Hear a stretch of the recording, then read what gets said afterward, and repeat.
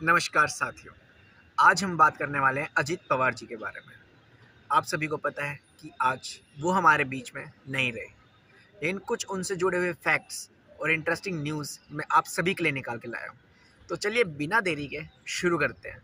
इनका जन्म 22 जुलाई 1959 को दियोलाली परावरा नाम की जगह पर हुआ था, जो कि अहमदनगर डिस्ट्रिक्ट के अंदर है।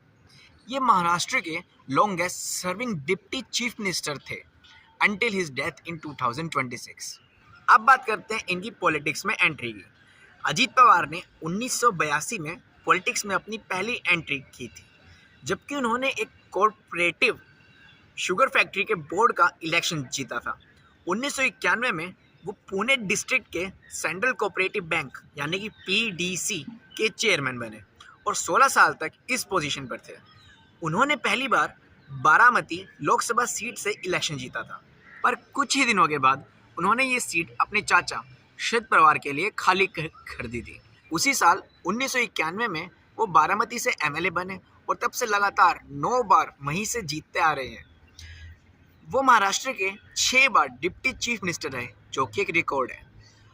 तो 2023 में उन्होंने एनसीपी में स्प्लिट किया, यानी कि अपनी खुद की पार्टी से स्प्लिट किया और बीजेपी शिवसेना के साथ मिलकर अपनी एक अलग एनसीपी फैक्शन बनाई, जिसमें वो नेशनल प्रेसिडेंट बने। अब बात करते हैं उनके पॉलिटिकल कनेक्शन की। अजीत पवार की एंट्री और सक्सेस के पीछे सबसे बड़ा हाथ उनके चाचा शरद पवार का था।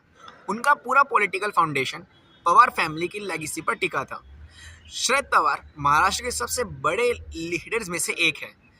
अजीत दादा ने उनके साथ अपना काम सीखा और बारामती में उनका कनेक्शन संभाला।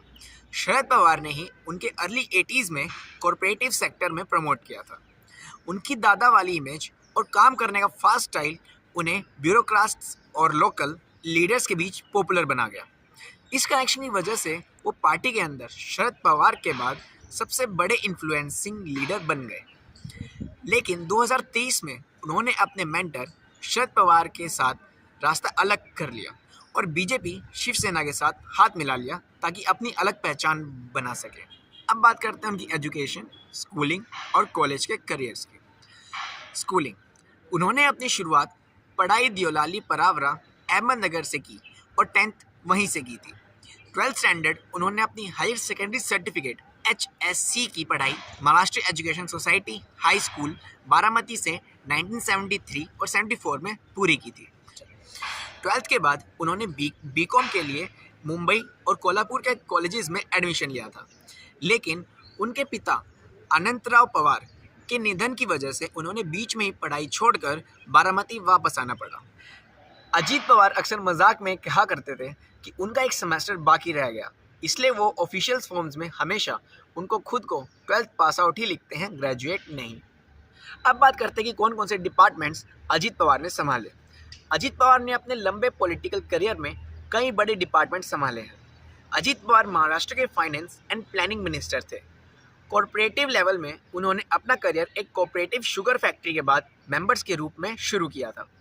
1991 के अंदर वो Pune district central cooperative bank यानी कि पीडीसी के चेयरमैन बने और लगभग 16 साल तक इस पोस्ट पर रहे।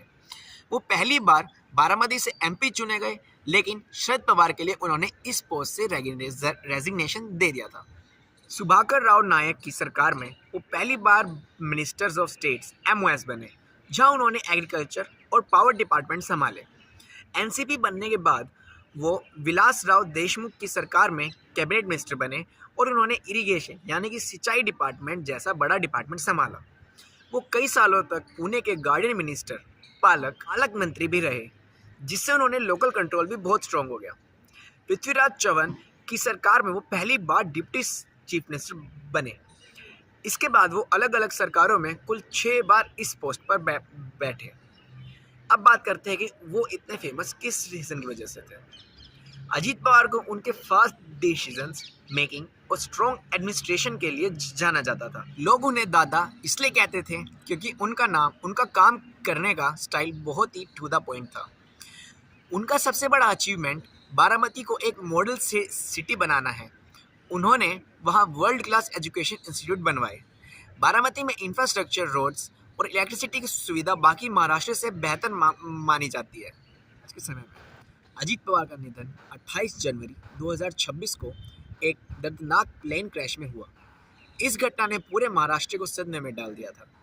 एक्सीडेंट की जगह उनका चार्टर्ड प्लेन पुणे के बारामती एयरपोर्ट पर लैंडिंग के वक्त क्रैश हो गया।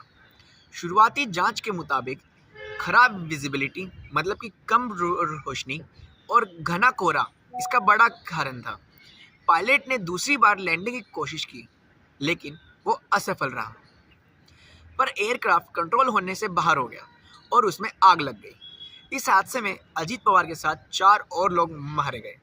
Pilot captain Sumit Kapoor, copilot captain Sambhavik Pathak, security officer Vidip Jadhav, flight attendant Pinky Mali. Ajit Pawar की वाइफ का नाम सुनेत्रा पवार है। उनका बैकग्राउंड भी काफ़ी स्ट्रॉन्ग है और वो अब उनकी जगह महाराष्ट्र की पॉलिटिक्स संभाल रही है।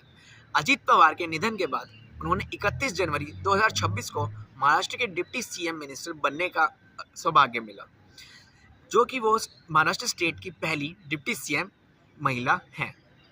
तो आशा करता हूँ कि आपको मेरी इस वीडियो में अपनी कई सारी इन्फॉर्मेशन, फैक्ट्स और आपसे अलग जानकारी भी मिली होगी।